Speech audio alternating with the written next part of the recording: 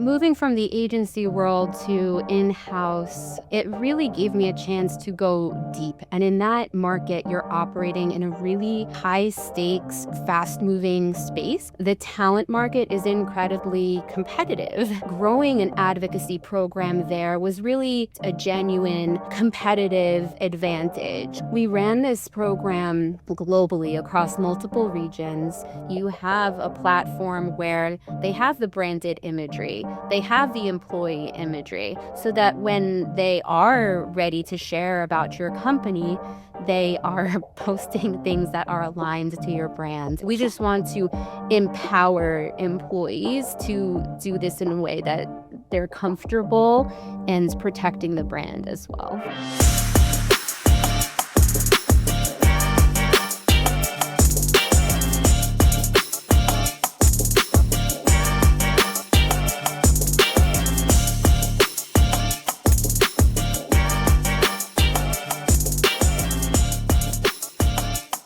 Hello and welcome back to the Employee Advocacy and Influence podcast. I'm your host, Lewis Gray. My co-host today is Elliot Elsley, and our special guest is Ashleigh Perissi.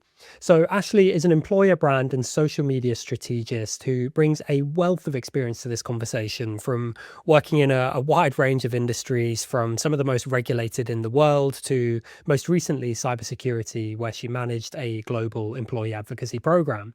So a couple of things that I think you'll want to stick around for from this conversation. Firstly, Ashleigh spoke about the unique challenges that come with managing employee advocacy in cybersecurity, but then also in regulated industries as well.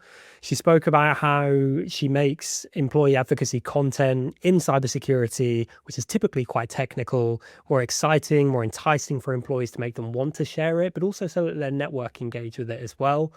And then lastly, if I had to choose something, we discussed ROI and how she's tracked the impact of employee advocacy from a talent brand perspective, which is incredibly interesting. And obviously, as budgets are being squeezed left, right, and center, I think is something that everybody needs to hear. So let's get into the conversation. Okay, so firstly, Ashleigh, welcome to the show. Thank you so much for joining us. Would you mind just introducing yourself for our listeners, please? Absolutely. My name is Ashleigh Perissi. I'm an employer brand and social media strategist, and I've spent the last decade or so building employer brands across some really diverse industries: defense, healthcare, pharma, technology, financial services. First from the agency side, where I got to see how wildly different companies approach talent, brand, and social.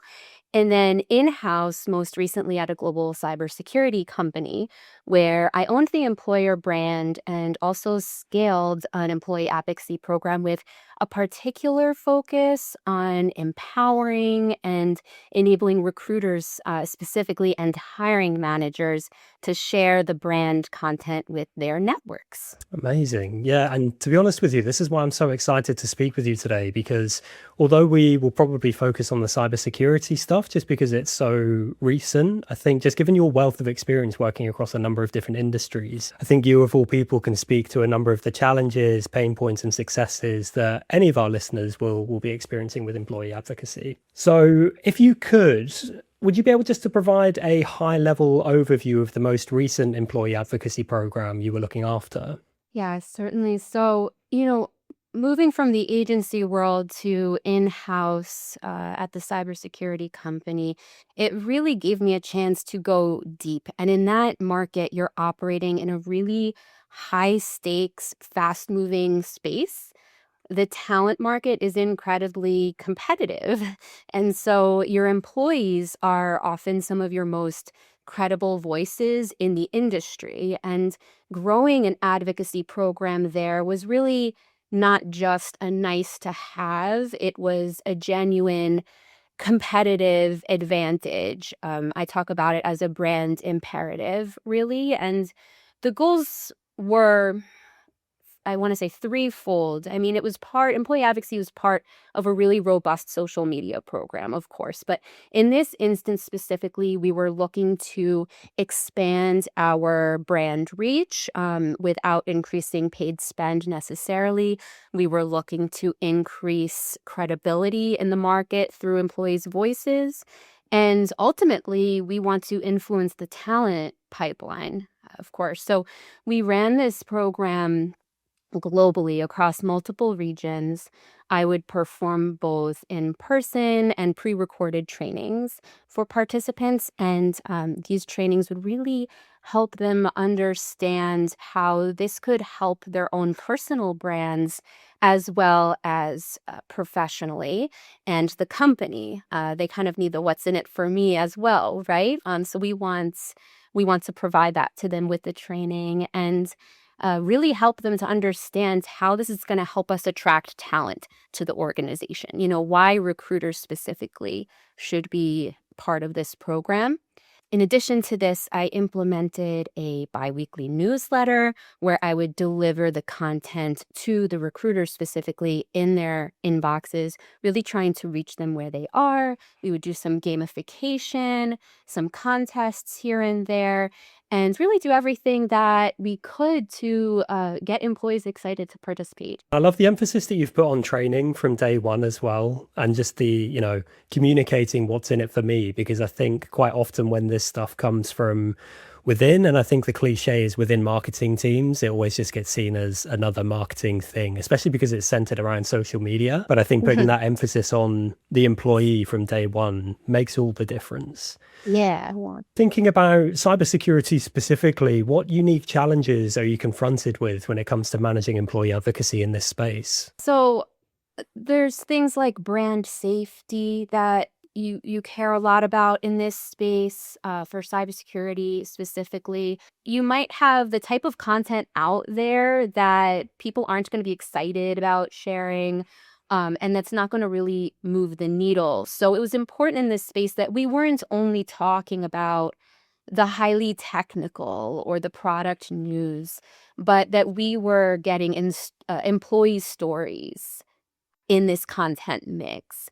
And this way, we really had a well-rounded employee advocacy program where it's not just about us, the brand, right? It's also about what our employees are up to. So yeah, I think that's one piece. The other piece is I talked a little bit about brand safety, but we are in the age of AI, okay? And that means that a lot of people feel they are now graphic designers. um, so we really wanted to provide some guardrails, some do's and don'ts. I think that AI has a place in all of this. I think that it can help you to shape your thoughts a little bit. It always requires the human input, though, because then without the human input, we're no longer authentic at that point. So what's the point?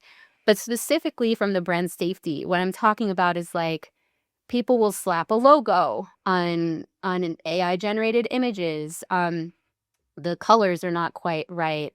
I mean, I'm sure you've seen things like where'd this come from? This doesn't quite look like that brand, right? So the fact is that your employees are out there and they're using social media, they're using LinkedIn, they're excited to talk about the company.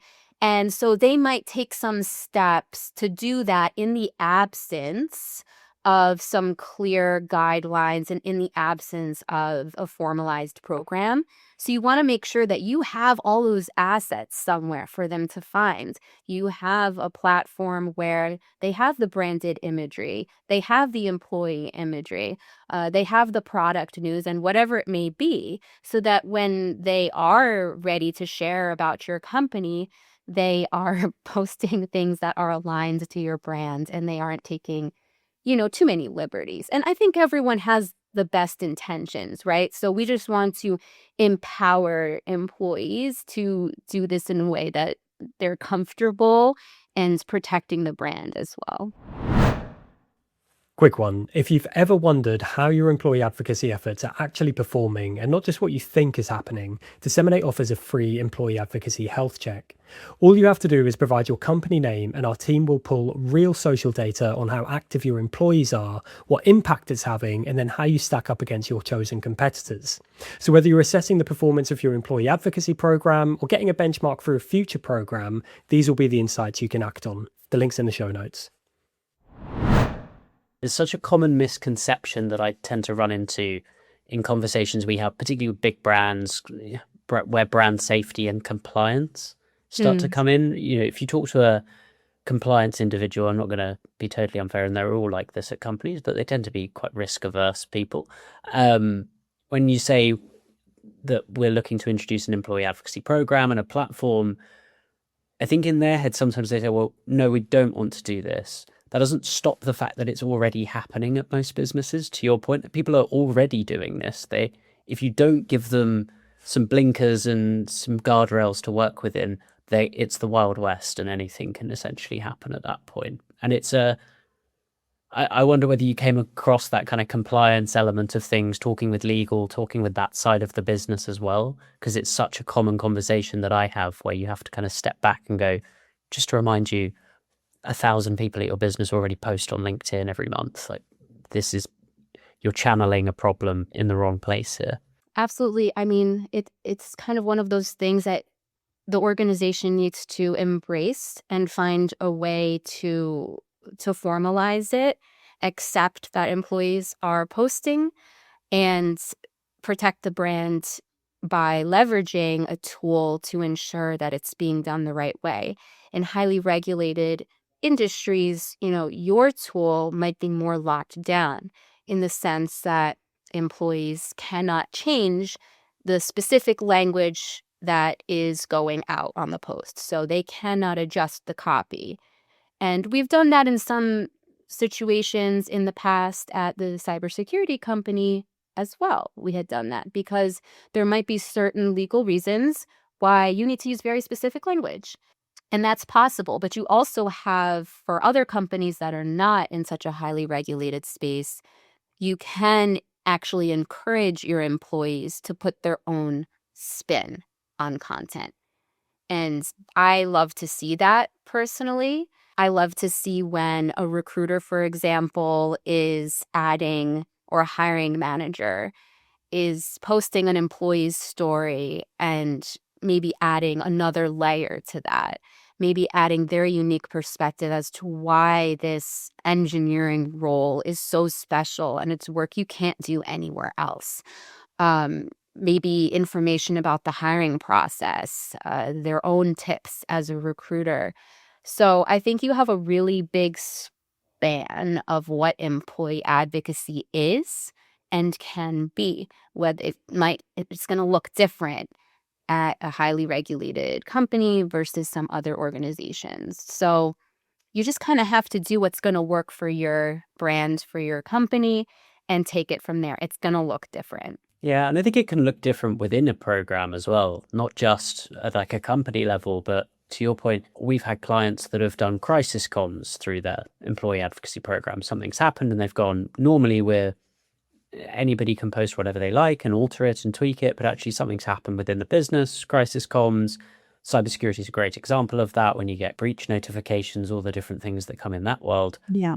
It's a really good way to go, actually, here's a very stringent statement that we want to kind of be able to utilize here, and we prefer that you don't edit it. Whether you share it or not is up to you, but if you want to speak about this thing, this is the way that we would like you to do it. It's nice to be able to have that flexibility. Ashleigh, I wanted to focus on the scale of the program for a moment, because you mentioned during the introduction that this was a global program, and obviously going global, expanding into different markets comes with various different challenges. So what did you learn about rolling out advocacy across different regions and cultures? And were there any hurdles that you had to overcome? I learned a lot, actually.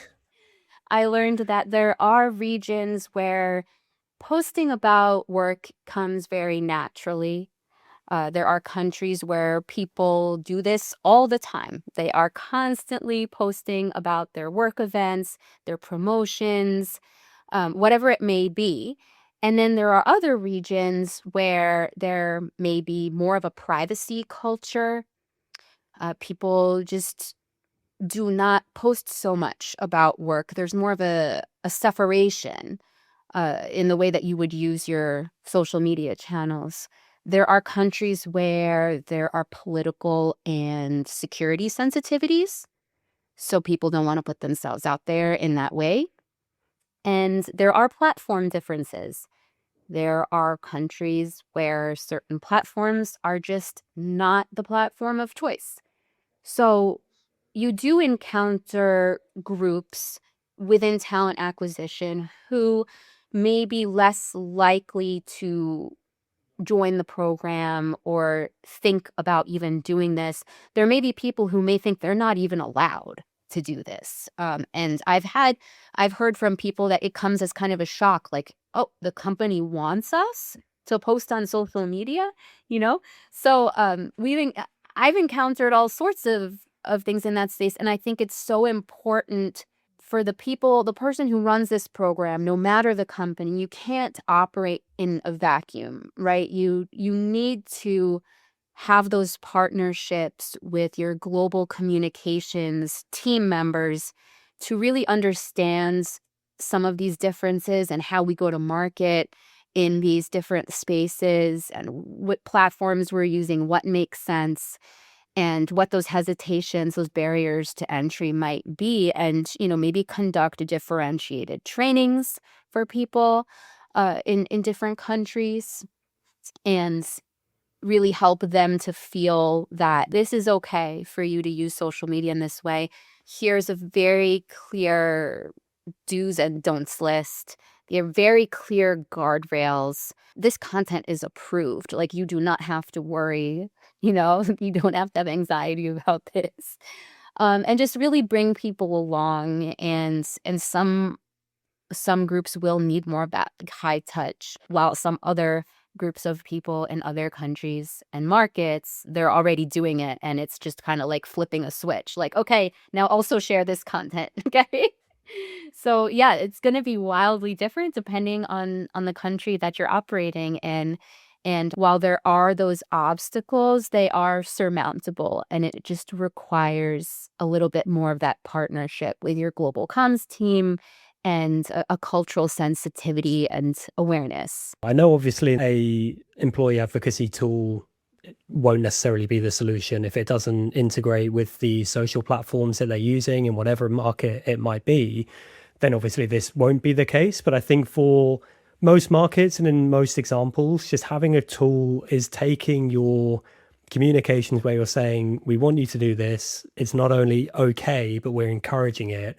And then providing the tool, I think, is that cherry on the top, because they then have effectively a content library where you're saying, look, you can do this. And here's maybe not thousands right off the bat, but here's some posts that you can just log in, customize and share. But just having that is just that final layer of encouragement, I think, that just, helps bring this off the ground. And it's not only that, right? Like, you want to be able to measure this. You want some metrics, right? So ultimately, if you can get a tool in place, you're in good shape, because people are going to ask. Leadership is going to ask, so what? You did this, so what? We're investing time in this. Like, what are we getting out of it? And again, it's hard for, I think, people sometimes to wrap their head around the actual power of your employees' social media networks and size. You can really make a huge difference when it comes to your reach, to your engagement, and your clicks. I mean, think about how you are lowering your cost per click, right? And a lot of tools, you can kind of, you can see that. But all of these metrics you can only get if you are using a tool that measures it. Otherwise, your employees are kind of sharing. It's great that they're sharing, but we have no way to know what the impact of that work is doing if they are not participating in the program, if they're not using a standard tool for measurement. Just out of curiosity, was there ever a time where beyond the reach, you were able to compare the performance of content on a company page compared to the same piece of content shared by employees? Was there ever a comparison there to prove the impact? I mean, we really, oftentimes would hear anecdotal evidence. When you have recruiters coming to you and saying, "Oh my gosh, like, I spoke to candidates who had seen this content. Um, that's the kind of stories I would hear a lot. Like in markets where a lot of times these recruiters are doing this cold outreach and people have not heard about this company. And now all of a sudden you have people saying, "Oh yeah, someone in my network, I saw a story about that sales onboarding program." And people get to go out to the US to HQ and they know about it because they've seen it. So you have a lot of anecdotal evidence like that, but there's a lot of studies that have been done on the engagement statistics on a person's post versus a brand post. I want to say it was like 4 times the engagement typically on people's posts. But yeah, the data is definitely there. I know that for me in the past, the engagement numbers have been a little bit less important than hearing that we're moving the needle and also the reach. And I think a lot of times people might be hesitant to engage in talent brand content, to engage in a visible way on talent brand content specifically, because they are maybe passive job seekers, they are happily employed somewhere. They don't necessarily want their network seeing all of a sudden they're loving all the content coming out of this other company, right? So I will say that engagement for me has always been more of a nice to have, and I care more about, kind of like the quieter metrics like the reach and the leads and the clicks.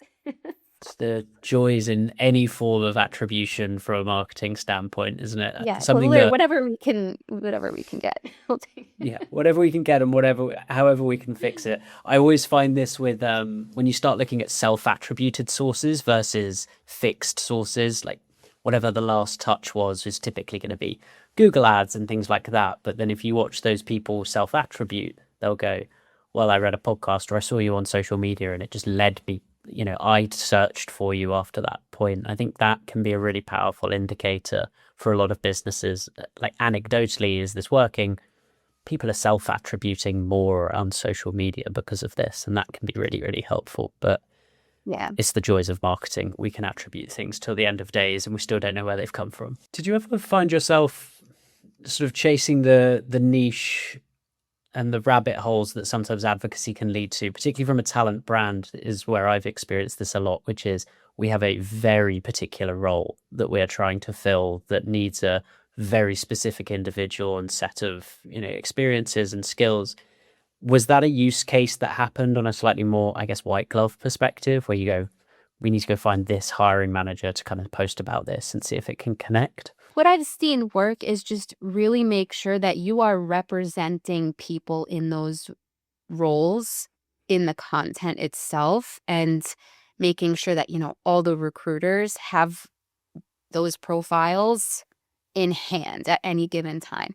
So at any given time, if a recruiter goes into the platform and say this cybersecurity company is looking for pre-sale systems engineers with very specific cybersecurity experience, or maybe they're looking for sales roles, or maybe AI software engineers who are, these are AI native people who are very comfortable in some of these programs. And you just need to make sure that you are constantly getting fresh content representing these people and these stories.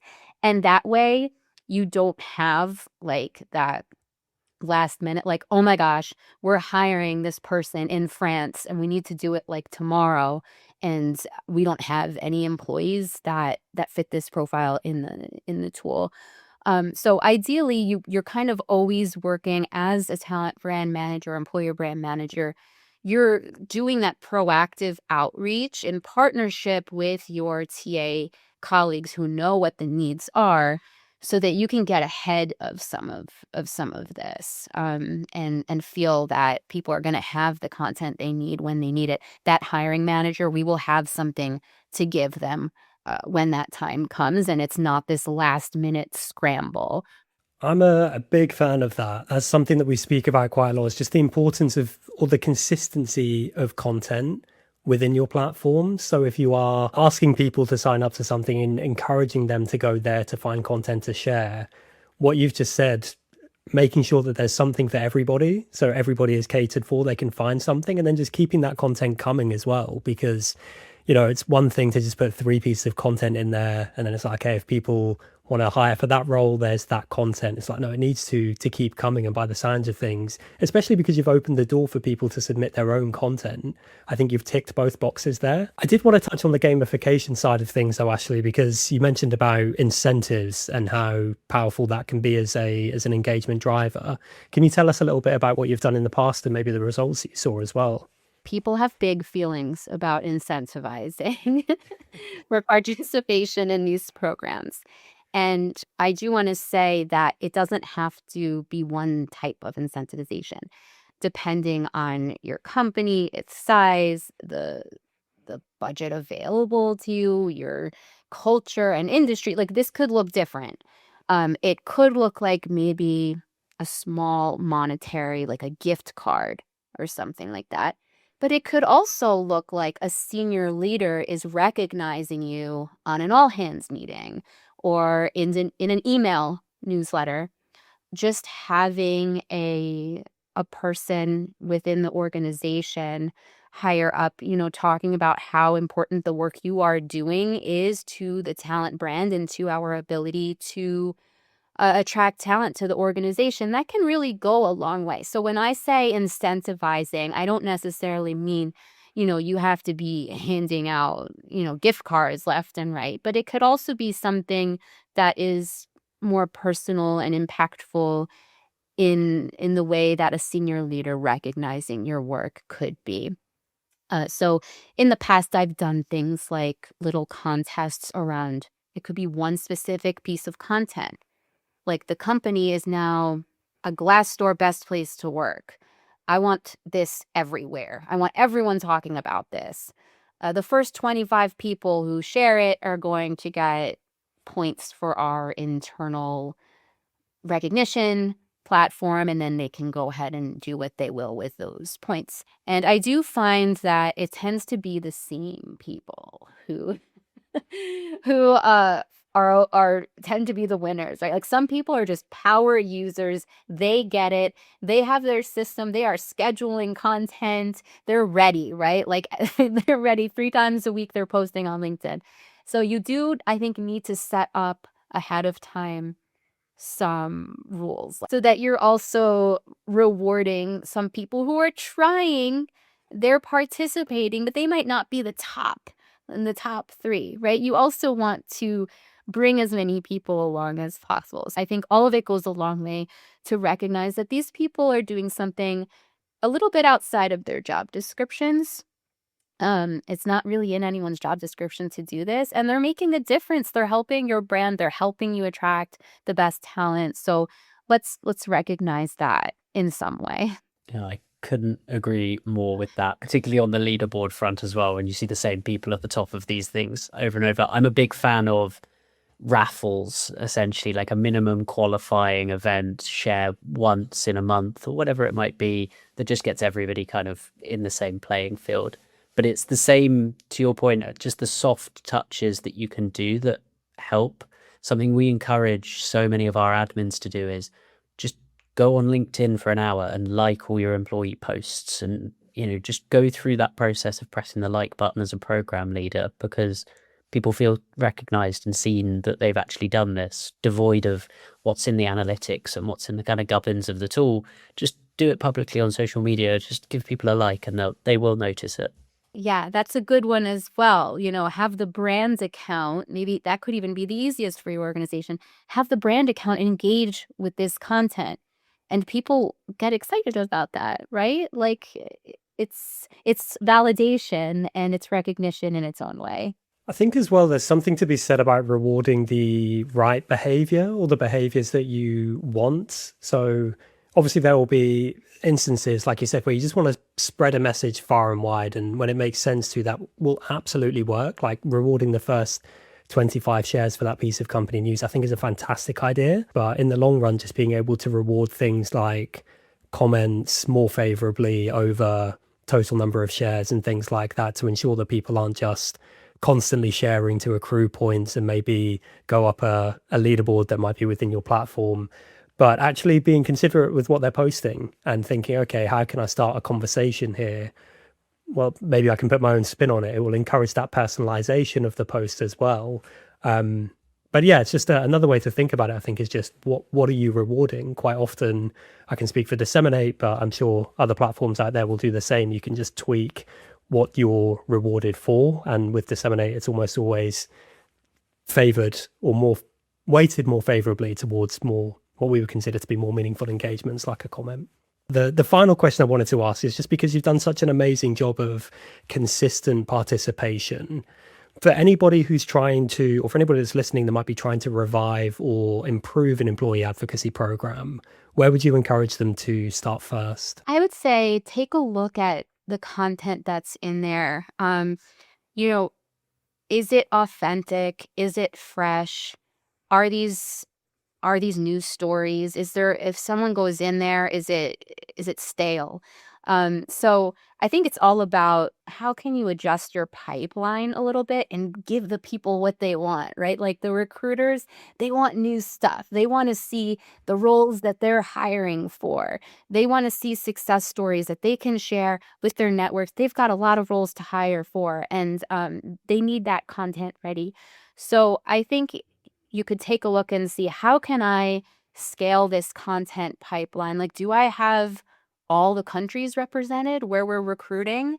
Do our recruiters in Germany have stories about people in Germany? One thing that's worked for me in the past is to empower recruiters to be part of that content submission program. Like, they have their networks. They see employees in Germany posting, perhaps. They see employees in Italy posting about their get-togethers with the team, about their training, about their promotions.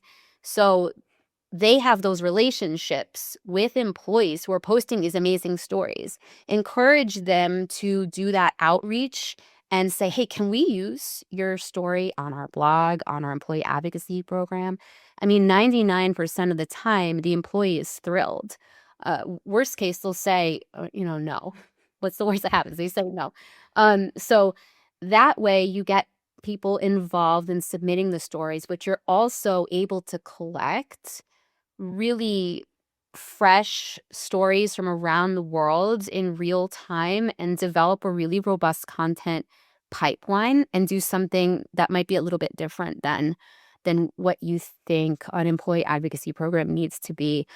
It doesn't have to be that difficult, It doesn't have to be overly produced and branded and designed. Grab the photo of the employees in London who are celebrating a great quarter and put your logo on it or not. But that's amazing content that you can include in your advocacy program, and it's a sustainable content pipeline. So it's not really going to be more work for you as the administrator, because you're going to have content coming in constantly from an empowered group of recruiters who see the value and are excited to participate as well.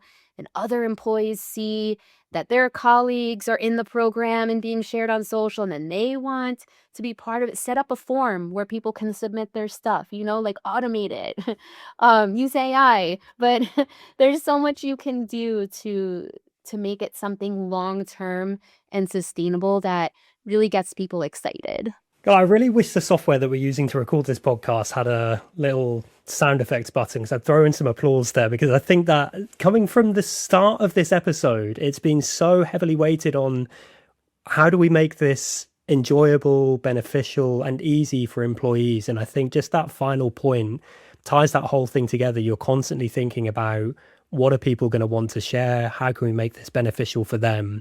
And I think, unfortunately, it's a mistake that one too many organizations still make, is they will put too much of an emphasis on what does the company want? How can we make this work for us? And not putting enough emphasis on the employee. What do they want? Because ultimately, if they enjoy what they're seeing and they are sharing, and that content is, generating the impact that you want, then the company benefits too. But I love that you're leading with the employee benefits. So a fantastic point to finish on. Ashleigh, thank you so much for joining us. Absolute pleasure chatting with you today. Thank you. This has been great. It's been very fun. And thank you everybody for listening as well. Well, please do subscribe, like the episode if you've enjoyed it, and we'll see you here again in a week's time. Thank you very much.